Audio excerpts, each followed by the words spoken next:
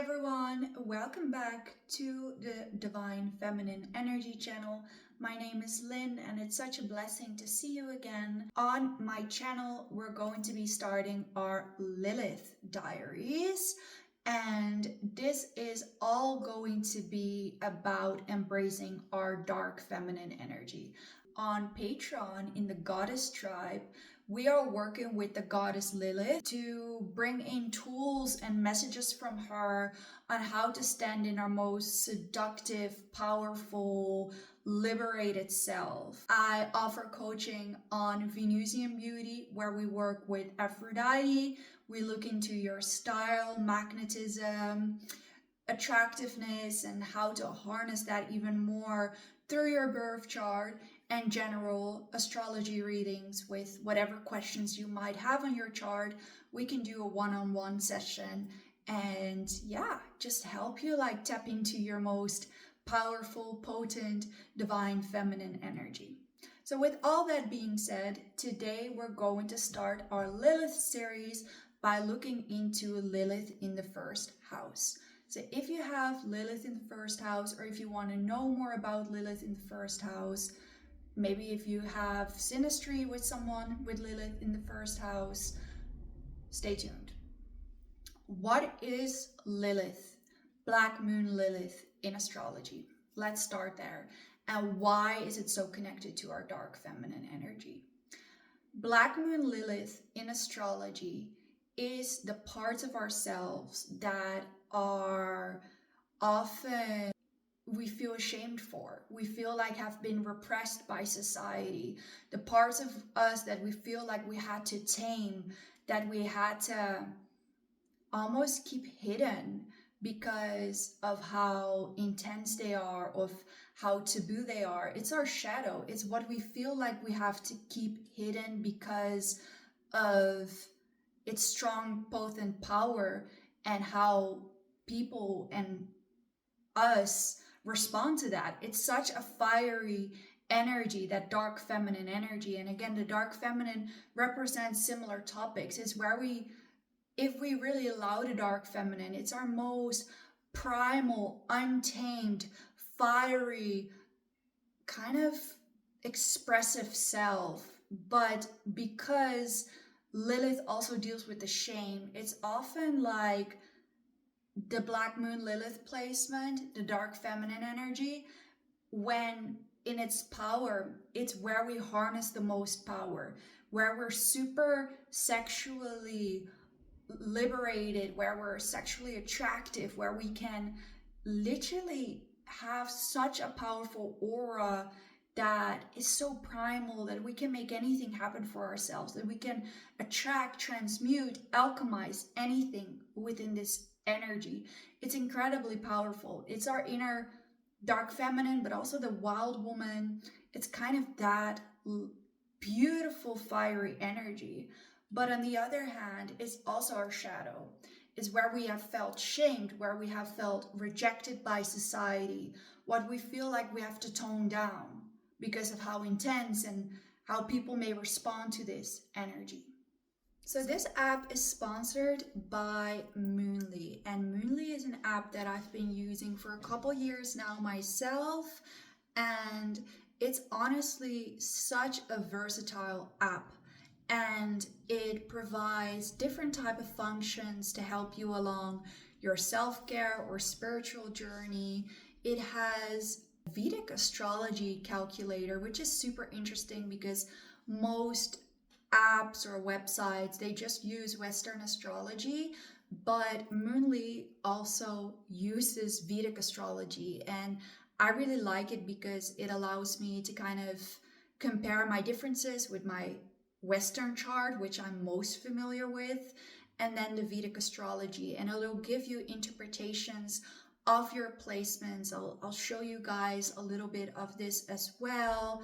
And yeah, you can just learn so much about your astrology in Moonly, and it's absolutely so fun to use. It has such amazing aesthetics as well, and I think that's important, to find an app aesthetically pleasing, and it's just incredibly useful when you're learning more about astrology and you need a little bit more of an interpretation if you're not yet on that level of doing it yourself.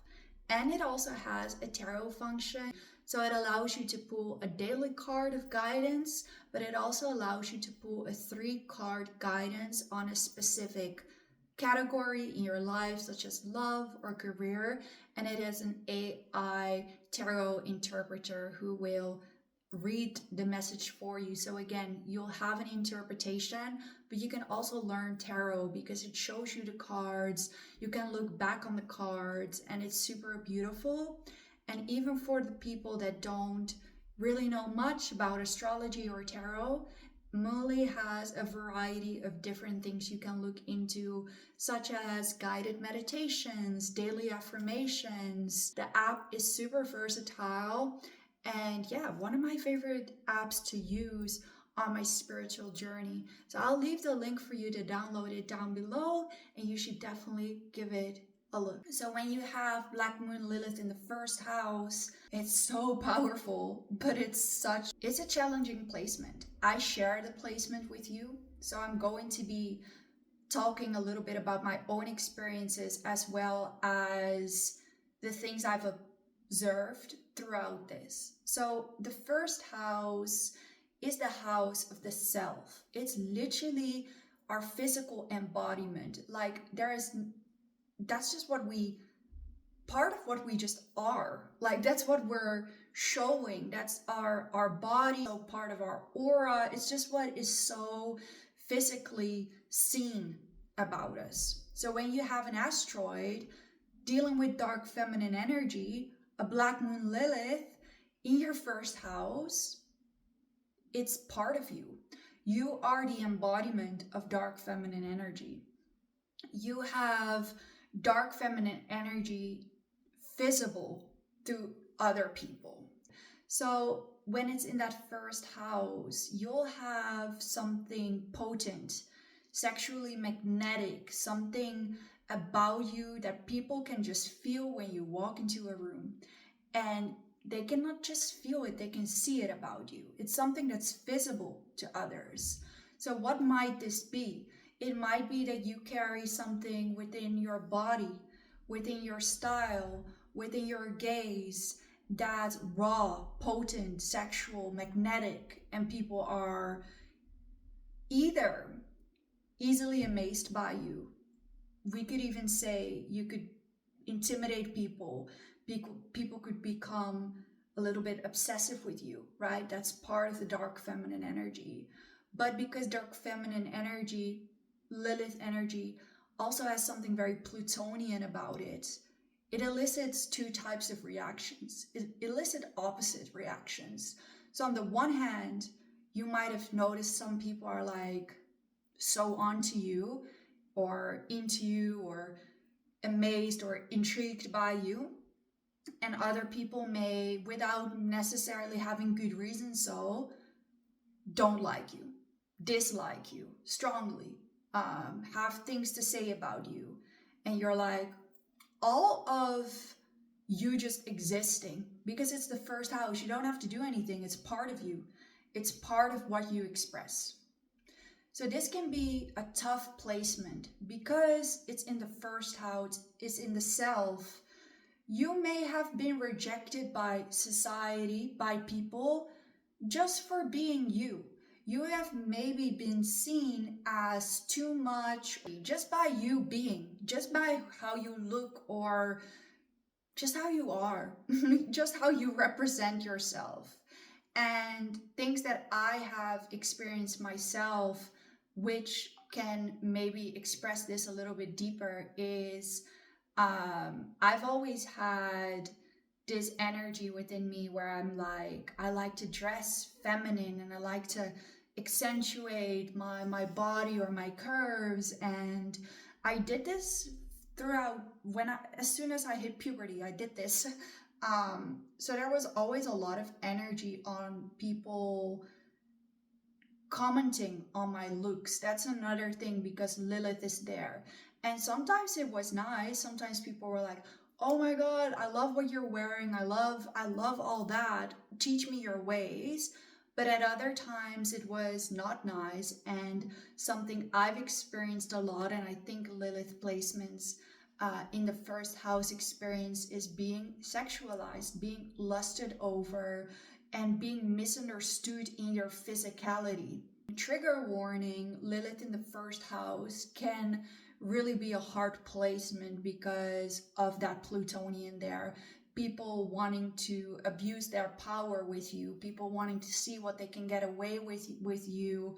And because it's related to your body, it's like maybe people feeling like they're entitled to you. It's just because they feel your dark feminine energy so strongly that people want a piece of it. They want a piece of that power, or they want to try to overpower that because they can sense that there's part of your energy that is so powerful, that is so not able to be tamed. And what do people like to do more than, keep a person in their beautiful, spiritually dark energy? They like to try and dominate that, or they like to try and, make that something for them when it was never about them in the first place. So that is something you may have dealt with Lilith in the first house. So yeah, things around sexuality, to talk about that a little bit more, you may feel disconnected from your own. So Lilith in the first house is where we feel shame, right? Where we feel hidden in a way, like we have to hide this. So maybe because of how strongly people responded to your energy, or like it can even be physical things that you had that you felt like you shouldn't show. Something Lilith in the first house can bring as well. It can bring body issues. It can bring body image issues. It can bring a disconnect from the body, because Lilith is where we feel that shame, where our shadow is. And when it's in the first house, we might have just a certain disconnect. Like other people may respond to us in certain strong ways. And when we look at ourselves, we may feel disconnect. We may feel like, what am I? A lot of self-criticism, or just a lower self-esteem, I think can happen with Lilith in the first house, because it's something around shame, around the body, around how you look, can manifest with Lilith in the first house. Or like, I shouldn't show too much of this, or I shouldn't be too much of this, because if I am me, I am rejected, or if I am me, I am not completely enough with Lilith. Because shadow energy, right? It feels like there's part of that should be tempered, that shouldn't be so expressed. So it's like we start to not see ourselves clearly, because we may feel, oh, this is how I am, this is how I express myself. But the minute I do so, I'm kind of like knocked down for it, or I get very intense reactions, and not all of that is going to be positive. Again, with the sexuality, like you may arouse or have wrong people on your energy with Lilith as well, because it's so shadowy, and you're just like, without noticing it at times. Or jealousy, intimidation from people where you're like, I was never meant to do that. I was literally trying to be friends. I was literally just trying to be nice to you. And then it's like, you're rejected sometimes for just being you. And that's a very difficult component of Lilith in the first house. Disassociation from your body and from your sexuality. So I felt like for me it manifested as like, because lots of people commented on me and my body and things, and I developed a lot of shame for it. So I never allowed myself to really be in the body and be in that primal sexual energy, because I was like, no, people always have something to say about it, which makes me feel ashamed. So I don't even want to connect to that part of myself, because it's filthy and is wrong. And that's very sad, but that is something that could come with Lilith in the first house, like a disassociation from that most powerful energy that you have, that is primal and raw and sexual and desirable and magnetic. But maybe there's a part of you that feels ashamed about that because of the things you've experienced, like I don't think I should express that too much, or I don't think I should allow my body to feel that way. That's where it manifested for me. And I also had this energy of like, even the assertive and kind of fiery components of Lilith and the dark feminine energy. I was like, nah, I don't want to be too intense. I'll repress it with the first house. So that is something you can do. You can actually start repressing your dark feminine energy, because you kind of, the minute it shines out, and it always shines out, but the minute it shines out and you don't repress it, it's like people respond so intensely to you. So it's like, maybe if I temper this a bit, maybe I shouldn't. A lot of that, if your Lilith isn't in the first house, that you really have to embrace the relationship to your body. You have to allow yourself to feel sexual energy. You have to allow yourself to feel seduction and attraction and all that as well. And you might feel like it's so consuming because how people responded to you was not nice, or you're too much, or you don't like when people see you in that way. You don't like the idea of being lusted for or being liked by that. But then again, it is part of your power. And I think when Lilith in the first house starts embracing their power, you are always meant to be seductive. You are always meant to elicit strong reactions from people, and not because that made you less desirable or likable as a person, because they are so focused on part of your energy or part of your body, but because, yeah, you might have felt like people sometimes didn't notice you. Like they noticed something about you. Oh, you're so intense and strong, or you're so this or this or that. And it's like, but you know, you don't see me. You don't see me right. A lot of that as well. And I think that in this portion of the video, let's talk a little bit, because I'm just yapping at this point, about what you can do to harness your Lilith dark feminine energy when you have Lilith in the first house. You are the embodiment of dark feminine energy.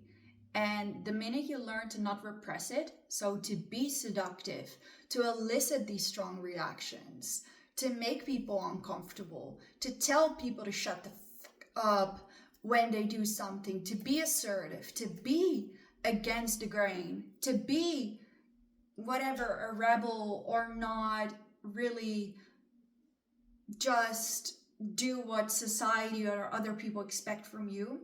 The minute you embody that in all that you are so powerful in that energy. It's part of you. You were never meant to fit in. You were never meant to make people feel comfortable, and you were never meant to be pleasant all the time. So the minute you start to kind of accept that and allow yourself to be that, you'll really step into your dark feminine, black moon Lilith energy so much more when you genuinely just say fuck it, you know, react how you're gonna react, do as you please, I don't care anymore, be whatever, you know, let me be whatever and you be whatever. 2, protect your energy though, because you can be subject to people's projections and shadow projections, sexual projections, all that. Protect your energy, but know that as long as you stand in your power, they cannot really overpower you. But you do have to learn to stand up for yourself there. I have a horrible tendency not to, because I have Libra in the first house and Lilith in Libra, and it's just repressing sometimes my ability to stand up. But you have to learn that. And this Aries energy that we're going through in March has been showing me that. And in my Patreon, we're working with that in the warrior woman era with Lilith. Like, you have to stand up for yourself. You have to learn to stand up for yourself. And no matter who it makes uncomfortable with Lilith in the first house, in particular, because people are going to try you with that energy. Trust me. 3rd, dress hot. Dress hot, you know, The first house is style, magnetism, appearance, and Lilith is there. It's so hot, it's sexy, it's beautiful, it's magnetic. Stop shying away from it. Wear that dress you want.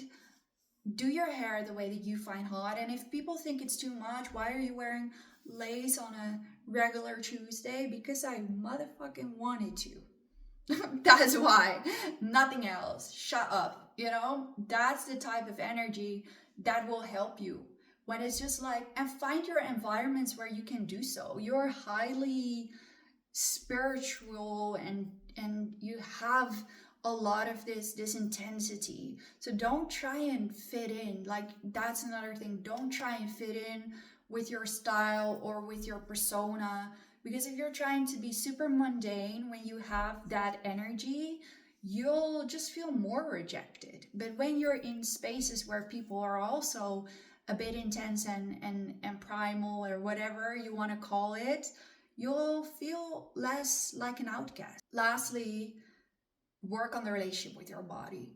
Work on releasing shame and self-image issues and sexual blockages. Work on that. Work on your fire and work on the relationship with your body. You're allowed to feel all those feelings. And just because other people put heavy feelings on you, you don't have to observe them. Just because other people sexualize you or do something that you don't like, that doesn't mean you are not allowed to enjoy your body. So that's what I have for you guys. Again, on Patreon, we're working with this a bit more deeply. So may you be interested in that. I'll see you on there or in my private coaching. And if not, we'll be back together with another video. Bye.